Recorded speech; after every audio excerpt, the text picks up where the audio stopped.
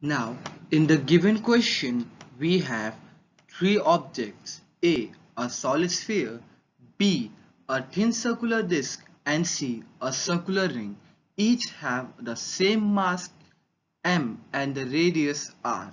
Now, they all spin at with the same angular speed of omega about their own symmetry axes.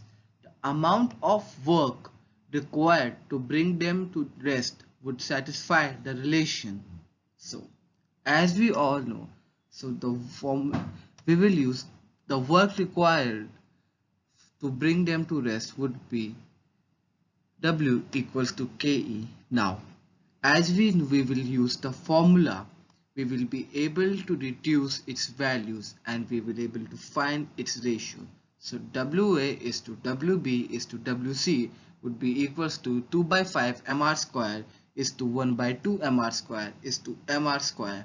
Now, by cutting out all the mr square, we will be able to get 2 by 5 is to 1 by 2 is to 1, which would be later on be equals to 4 is to 5 is to 10.